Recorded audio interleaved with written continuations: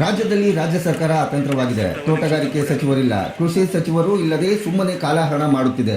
ಮುಖ್ಯಮಂತ್ರಿಗಳು ವಾರಗಟ್ಟಲೆ ಹೋಗಿ ದೆಹಲಿಯಲ್ಲಿ ಕೂತಿದ್ದಾರೆ. ಇಂದು ಮಾಜಿ ಸಚಿವ ಹೊನ್ನಾಳಿ ಎಂಪಿ ರೇಣುಕಾಚಾರ್ಯ ರಾಜ್ಯ ಸರ್ಕಾರದ ವಿರುದ್ಧ ವಾಗ್ದಾಳಿ ನಡೆಸಿದ್ದಾರೆ.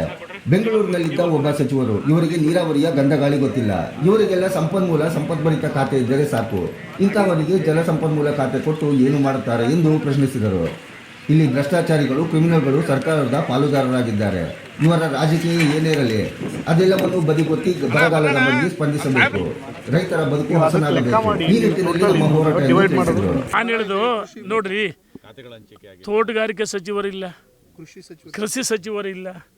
ಇದರಲ್ಲಿ ಸಮಯಹರಣವನ್ನು ಕಾಲಹರಣ ಮಾಡ್ತಾ ಇದ್ದಾರೆ. ಡೆಲ್ಲಿಗೆ ಹೋದರು, ವಾರಗಟ್ಟಲೆ ಹೋದರು.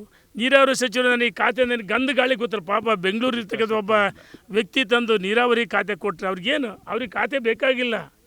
ಇವತ್ತೇನಾಗಿದೆ, ಎಲ್ಲಿ ರೆವಿನ್ಯೂ ಜಾಸ್ತಿ ಇರುತ್ತೆ, ಸಂಪದ್ಭರಿತವಾದ ಸಂಪನ್ಮೂಲ, ಇವರಿಗೆ ಸಂಪದ್ಭರಿತವಾದ ಸಂಪನ್ಮೂಲ ಸಿಗ್ತಕ್ಕಂಥ ಖಾತೆಗಳಿದ್ರಷ್ಟೇ. ಜಲಸಂಪನ್ಮೂಲ ಇನ್ನೂ ಬೇಕಾಗಿಲ್ಲ ಇವರಿಗೆ. ಇವರು ಜಲಸಂಪನ್ಮೂಲ ತಗೊಂಡು ಏನು ಮಾಡ್ತಾರೆ? ಇವರು ಸಂಪದ್ಭರಿತವಾದ ಖಾತೆಗಳು ಬೇಕು. ಹಾಗಾಗಿ ಖಾತೆಗಳು ಖ್ಯಾತಿಯಾಗಿದೆ. ನಾವು ಹೇಳೋದು, ನೀವೇನಾರು ಮಾಡ್ಕೊಳ್ರಿ, ನಾಲ್ಕು ಗೋಡೆ ಮಧ್ಯೆ ನಮ್ಮ ಜ್ವಲಂತ ಸಮಸ್ಯೆಗಳು, ರೈತನ ಕಣ್ಣೀರಿಸ್ತಂಥ ಕೆಲಸ ಆಗಬೇಕು. ಇವತ್ತು ಈ 30 ಕೋಟಿ ಹಣ ಬೇಕಂದರೆ ಎಲ್ಲಿ ಹೊಡಿಬೇಕು? ಆ ಬಡವ್ರ ಹೊಟ್ಟೆ ಮೇಲೆ ಹೊಡಿಬೇಕು. ಬರಗಾಲ ವೀಕ್ಷಣೆ ಮಾಡೋರೇ ಇಲ್ಲ. ಅಲ್ಲ, ಬರಗಾಲ ವೀಕ್ಷಣೆ ಮಾಡೋರಿಲ್ಲ.